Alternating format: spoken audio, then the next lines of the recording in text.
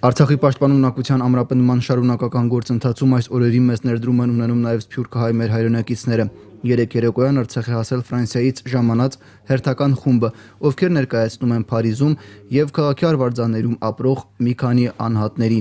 Պատվիրակությանը երեկ ընդունել է վարչապետ Արայիկ Հարությունյանը, հանդիպմանը մասնակցում էր պաշտպանության նախարար Լևոն Մնացականյանը։ Գործադիրի ղեկավարն իր երախտագիտությունն է փոխանցել հայ համայնքի ներկայացուցիչներին, ովքեր եւս մեկ անգամ հաստատել են հայկական երկրորդ հանրապետության կողքին կանգնելու պատրաստակամությունը։ Բացի պաշտպանության բանակին անհրաժեշտ սարքավորումներից, ֆրանսիահայ համայնքը նաեւ իր բարոյական աջակցությունն էր բերել արցախահայությանը։ Նման նախաձեռնություններն առաջիկայում շարունակական կլինեն։ Համայնքը շատ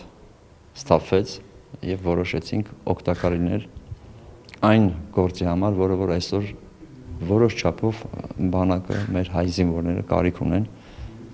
առաջի գոտում այն ինչ բերել ենք պիտանի է մեր բանակին, քանի որ զգացինք, որ դա պետք է, փորձեցինք հավաքել եւ մասնակցել այս օգնությանը։ Կազմակերպեցինք որոշ անձանց կողմից գումարներ, որոշ հիմնարկների կողմից իրանք միանգամից փոխանցումներ, որովհետեւ իմաստը ոչ թե գումար հավաքելն, իմաստը միանգամից հավաքվել այն ինչ որ մենք ուզում էինք։ Գումարային հավաքույց չէր։